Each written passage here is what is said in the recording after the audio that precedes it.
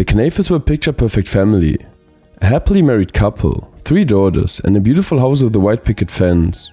They were living the typical American dream. One of their daughters was even a foster child, because Lisa Knoefels in particular was very passionate about helping other people wherever possible. Many people were envious of the perfect life the Knoefel family had built and would have loved to trade places with them. At least until November 16, 2012, the day on which the perfect facade began to crack.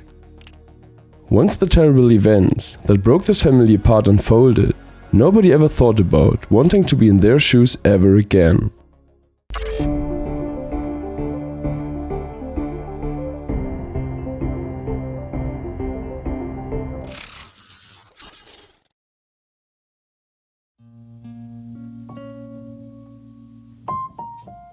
The Knoefels and Sabrina Zunich. Sabrina Zunich was born in 1994 and lived together with her parents Mark Zunich and Susan Edwards on the outskirts of Cleveland. But Mark and Susan had issues, and no matter how hard they tried, they were unable to give Sabrina a good life. When Sabrina was 3 years old, her parents' addiction issues caught up with them. They were doing heavy drugs, and in order to finance their addiction, they stole money on a regular basis. At first they tried everything to maintain a fairly normal life. But with every new high, the concern for their small daughter grew, and so did the desire to get high again. At least Mark and Susan were aware of how dangerous the situation was, so they sent Sabrina to live with her grandmother. They knew that she would be well taken care of there, which would not have been the case had Sabrina stayed with them. And they were right. Sabrina's grandmother was strict, but at the same time very kind woman, who took great care of her granddaughter. But as the years went by, she had less and less patience for the rebellious girl. She was not getting any younger, and she also didn't succeed in making sure that Sabrina didn't follow in the footsteps of her parents.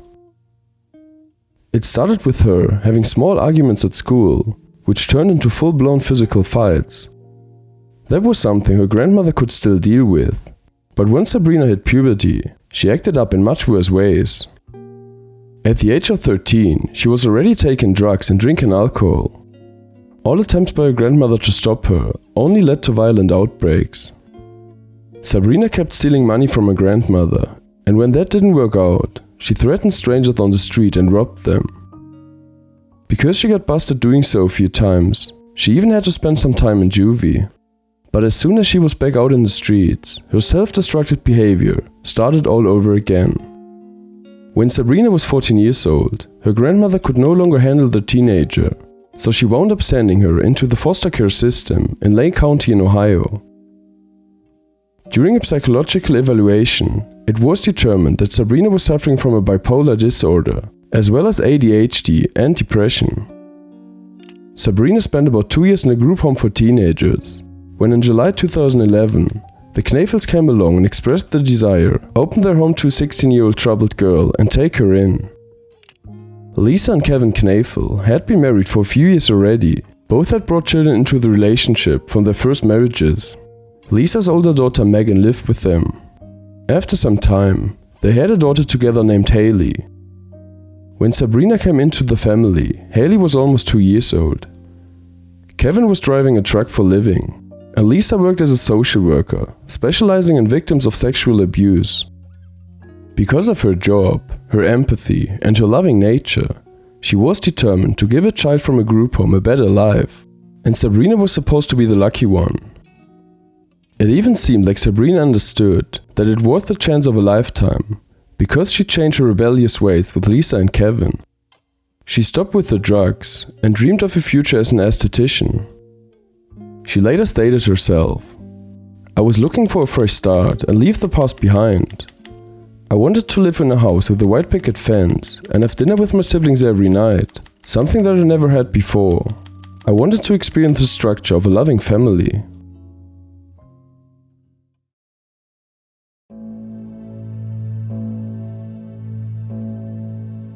The problems. For the first few days, everything went perfect, exactly how the Knoefels had envisioned it.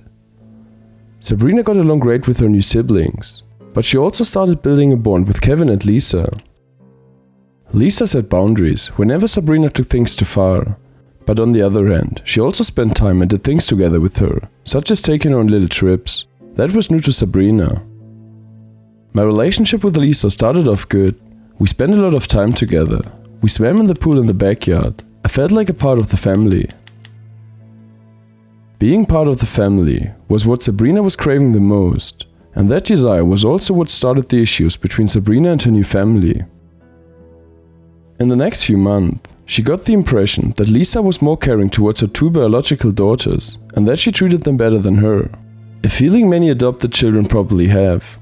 This led to a lot of arguments between Sabrina and Lisa. Again and again, they yelled unfair insults at each other in heated discussions, and Sabrina distanced herself more and more from her foster mother. Kevin, who was rarely around due to his job as a truck driver, didn't notice much of that, and when he did get involved in a fight, he often sided with Sabrina, causing severe conflicts in Lisa and Kevin's marriage.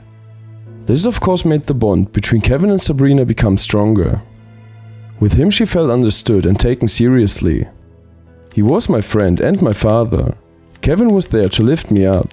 He never judged me and always gave me the feeling to be wanted. Kevin seemed to love the attention, which is why he continued to neglect his marriage more and more. Whenever Lisa opened up to him regarding their constant fight with Sabrina, he refused to support her. Instead, he told his wife not to be too strict with Sabrina, and that he understood why Sabrina kept distancing herself from her. The thing that bothered Lisa the most, however, was how Sabrina treated her youngest daughter Haley. In the last few months, Sabrina had gradually managed to assume a mother role and to take Lisa's place. Because Kevin didn't intervene in the situation either, a dispute between the two escalated so much that Lisa wrote to him that he should finally reduce contact with Sabrina and spend more time with his real family.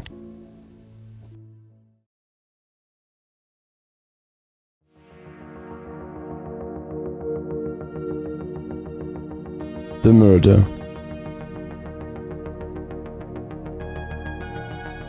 One week after this text message was sent, on November 16, 2012, the local police station received a 911 call at 1:15 a.m.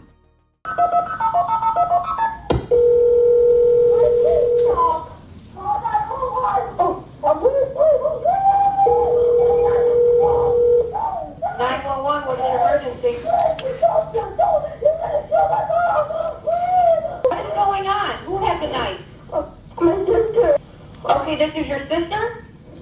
Yeah, and she's doing my mom with a knife. Will you please tell me? She's doing what to your mom with the knife? You need to take a deep breath for me so I can understand you. No, I did. What? Does your sister still have the knife? Yeah. And what is going on there? I don't know, I just woke up. Okay, who am I talking to now? Her daughter.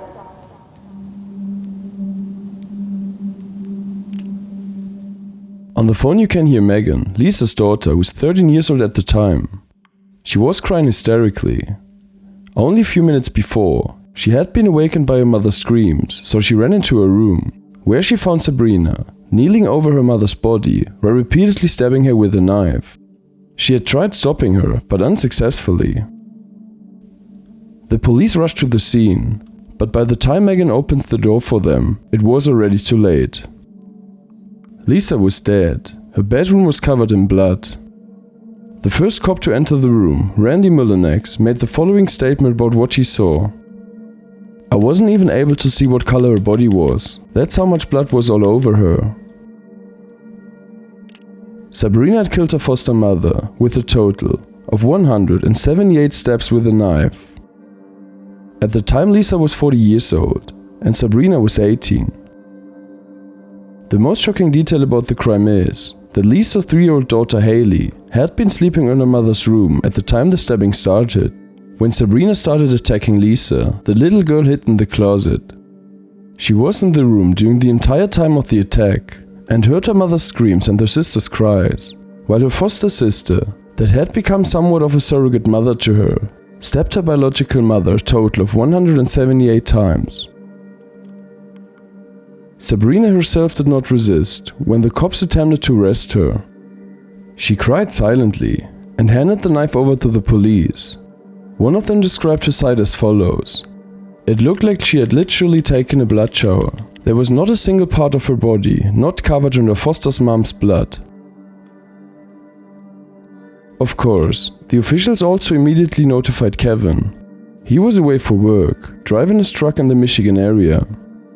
He immediately turned around, but it took him until 5 AM until he got home, due to the distance he had to drive back to his hometown.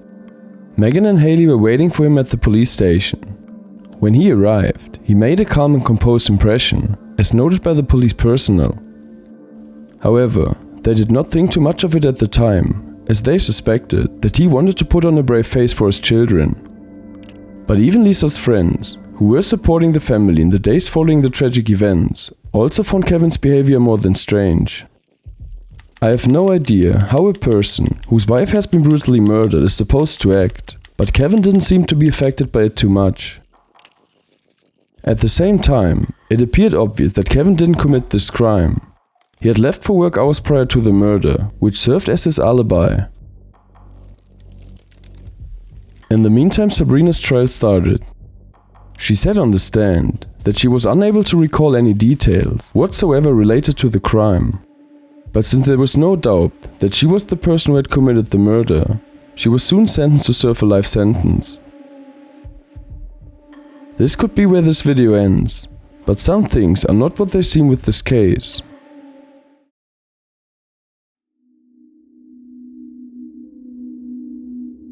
The truth.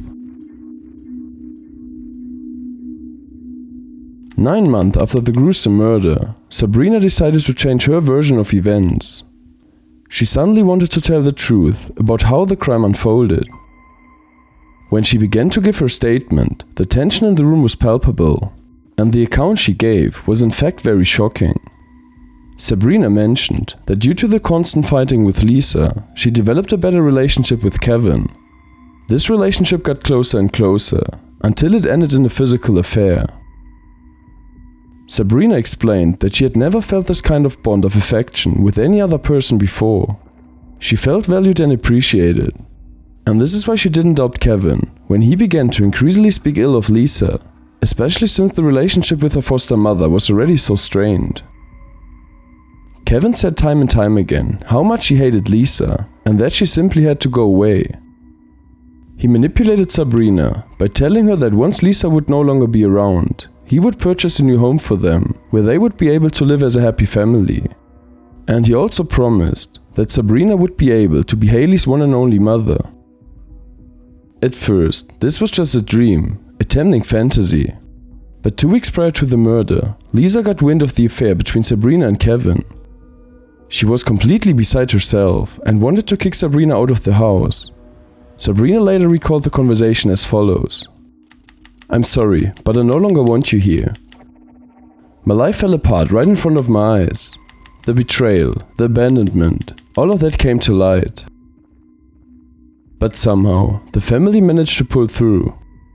But on November 15, 2012, Kevin offered to take Sabrina to school, only to break down in the car crying.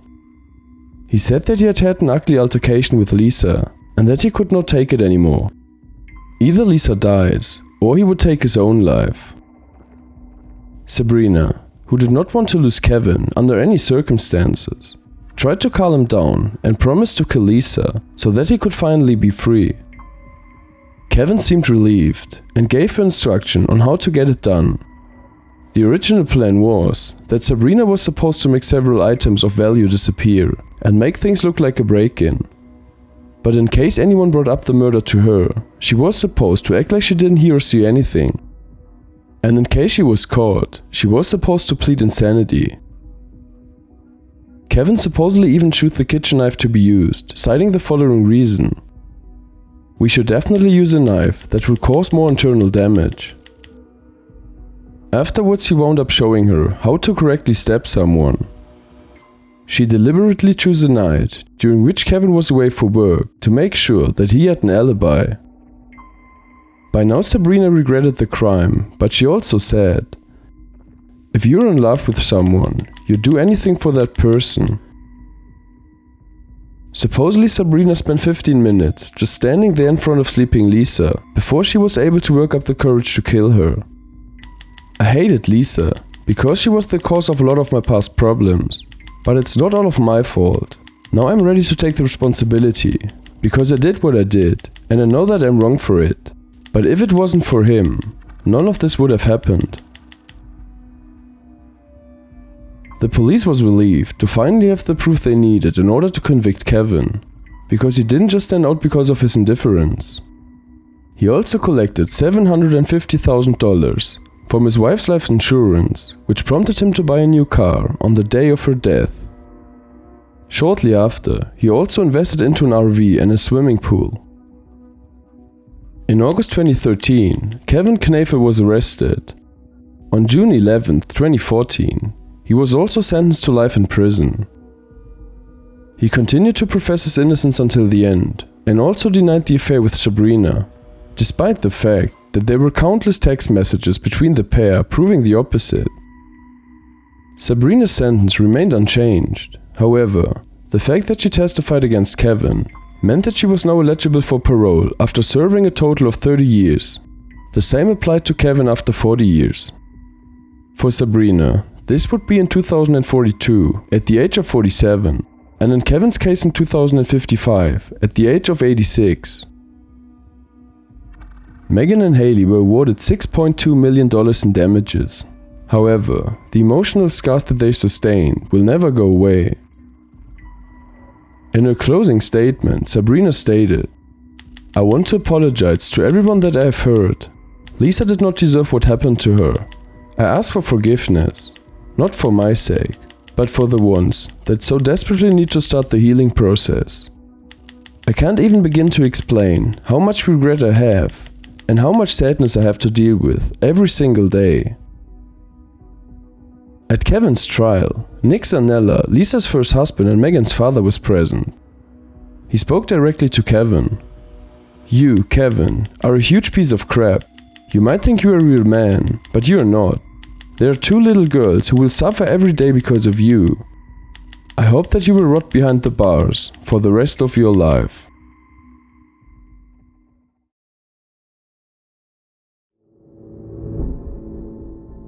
And this brings us to the end of today's video. Thinking about the fact that little Haley was in the same room while her mother was brutally murdered makes my stomach turn. Even if Sabrina was influenced by Kevin to do this, nobody forced her to stab Lisa 178 times execution style. This was an absurd amount of brutality. This is why I feel the sentence is justified, even if she's a part victim, of course. She didn't have an easy life, but of course, that doesn't excuse or warrant such a terrible crime. What is your opinion about this case? Feel free to leave me a comment and let me know. If you liked this video, please give me a thumbs up or subscribe to my channel. Just a couple of clicks add up an unbelievable amount of support for me. Thank you very much in advance. We will see each other again real soon for the next video. Have a good night and see you soon.